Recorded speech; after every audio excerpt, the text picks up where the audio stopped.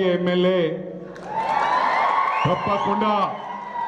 తప్పకుండా ప్రమాణపూర్వకంగా చెప్తా ఉన్నాను, 100కి 100 పాళ్ళు మామ అల్లుళ్ళని ఇంటికి పంపించడం ఖాయం. అన్నాడు సిద్దిపేట పంపిస్తా అన్నాడు. సిద్దిపేట కాదు, ఒకరిని తోటపల్లికి ఒకరిని చింతమడకకు పంపించడం ఖాయం అని చెప్పి కూడా ఈ సందర్భంగా తెలియజేస్తా ఉన్నా. మరి అదేవిధంగా మొట్టమొదటిసారి మా నీలం మదన్న మా పార్లమెంట్ అభ్యర్థి గజ్వెల్లో అడుగుపెట్టాడు. మరి గజ్వెల్ నియోజకవర్గ కుటుంబ సభ్యులు ఘన స్వాగతం పలికినందుకు మీ ప్రతి ఒక్కరికి కూడా పేరు పేరున నా హృదయపూర్వక నమస్కారాలు తెలియజేస్తా ఉన్నా. మరి అదేవిధంగా పత్రికా సోదరులు, ఎలక్ట్రానిక్ మీడియా సోదరులు, ఇక్కడికి విచ్చేసిన నా ప్రియమైన సోదర సోదరిమణులు, వేదికను అలంకరించిన పెద్దలకు ప్రతి ఒక్కరికి కూడా పేరు పేరున నా హృదయపూర్వక నమస్కారాలు తెలియజేస్తా ఉన్నా. మనమైతే రోజు కలుస్తూనే ఉంటాం.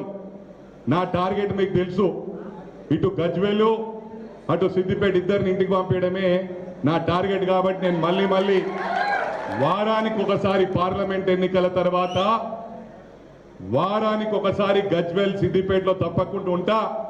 లాస్ట్ 1 ఇయర్ ఈయన్నే ఉంటా, మకానేస్తా అని చెప్పి కూడా ఈ సందర్భంగా తెలియజేస్తా ఉన్నా. అందుకు అక్కకేందంటే వరంగల్ కూడా ఉంది, అక్కడ ఛాలెంజింగ్. అక్కడ కొండమూరులోనే తెలుసు, ఫైర్ బ్రాండ్ నిలబడ్డాడంటే మొత్తం గజగజలాడతారు, వరంగల్ను దద్దరిల్లిస్తాడు. వాళ్ళిద్దరు అక్కడ ఉండడం న్యాయం, మొత్తం మనకే ఇక్కడ వాడుకోవడం కూడా మంచి పద్ధతి కాదు. ఇక్కడ నెక్స్ట్ నర్సాపూర్ ఉంది, మన వాళ్ళకి ఓపికలు తక్కువైనా ఇక్కడ ఎంతో మంది ఇంత అంటే యాక్చువల్గా 11 o'clock మీటింగ్ ఉంది ఇక్కడ మనకి. కానీ ఎన్నికల టైం కాబట్టి ఎక్కడ ఎవరు ఆగమన్నా ఆగాలి, ఆగకపోతే మన వాళ్ళు అలుగుతారు. ఇంతకుముందు అక్క చెప్పింది, ఈ నెల రోజులు ఎవరికి చెప్పినా చెప్పకున్నా ఇది మన ఎన్నిక అని చెప్పి ప్రతి ఒక్కరు మీకోసం మీరు పోరాడుతున్నాం అనుకోరు. ఎందుకంటే మనకు రిప్రజెంటేషన్ ఇంపార్టెంట్. ప్రభుత్వం ఉండి ఎమ్మెల్యే లేకపోవడం చాలా బాధాకరం. వాస్తవమా కాదా? ఇలా మీరు పోయి మా ప్రభుత్వం ఉందని చెప్తున్నారు, ఎమ్మెల్యే ఉందని చెప్తున్నారా? ఎమ్మెల్యే ఎక్కడుండో మీకు తెలియదు. అందుకు మనకు రిప్రజెంటేషన్ చాలా ఇంపార్టెంట్. కాబట్టి మీరు, ఎందుకంటే మనం పత్రికలు ఇస్తేందుకు నర్సనని ఎంబడి పెట్టుకొని పోతా. నా కొడుకు పత్రికలు అందరికి ఇచ్చిన, కానీ నర్సనకే ఇయ్యాలి, నా ఎంబడే ఉన్నాడు. అంటే దేవుడిచ్చిన గొప్ప వరం ఏంటంటే పక్కకులలో కొన్నిసార్లు మర్చిపోతాం.